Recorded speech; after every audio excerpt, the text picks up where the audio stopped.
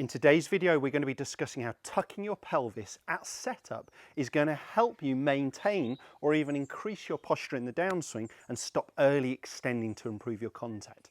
Make sure you check this video out.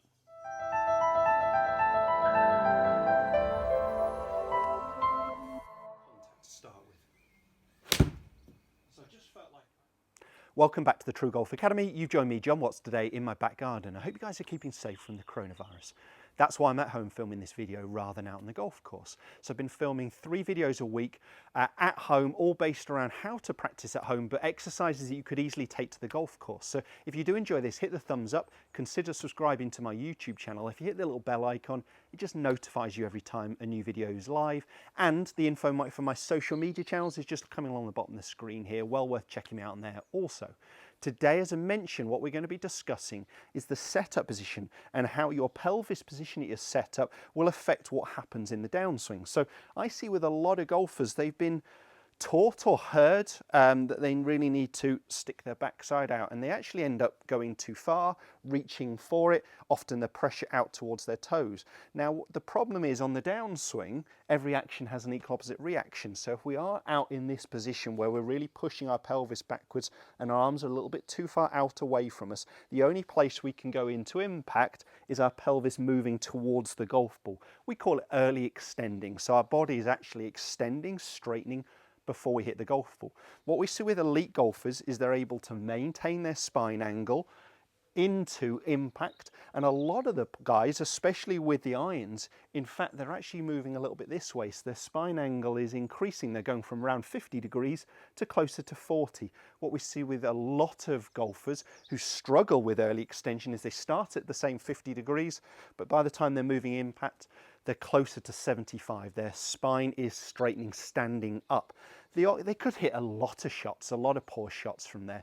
Often they blame it on I looked up, and of course it's got nothing to do with that, it's just their body is straightening, extending. So what I like to see at setup, this is a great drill for you, if you can get it on video, or just get someone to take a picture of you, or perhaps just do the setup position in front of a mirror or a patio window. You can use this checkpoint. So you're going to get into your setup position, and then what you're going to do is almost dangle a club, or I've got here the cane, from the back of the arms, the armpit here. And what it should do is it should skim through my knee to the balls of my feet. Okay, so back of arms, armpit should skim through front edge and knees to about the balls of the feet. If I was stretching a course, stood a little bit too far, pushing my pelvis out too much, and I did that same thing, you're going to see that actually it's missing my knees and it's going more towards my toes. So I'm going to be a little bit stretched out there. I'll draw the line on the screen.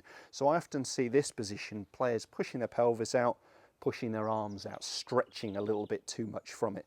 And what they've got to do into impact is lose posture and move forwards.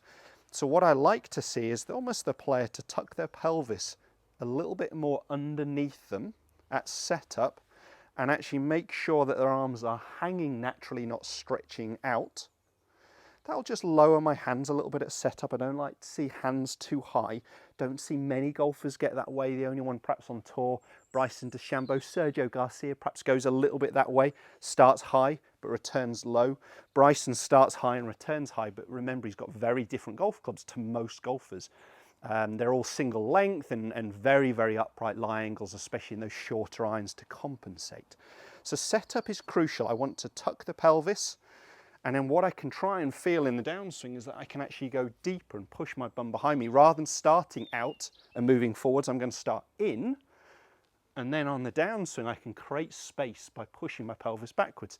So a great way for you to do that at home.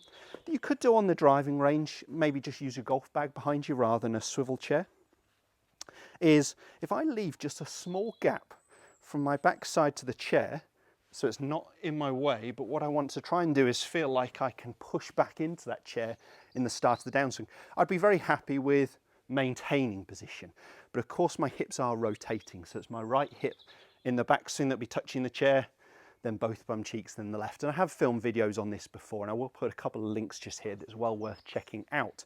What I'm talking about here is almost trying to over-exaggerate that movement. So let's start with a little gap, and then in the downswing, feel like we can push our pelvis backwards and create some depth, some width there.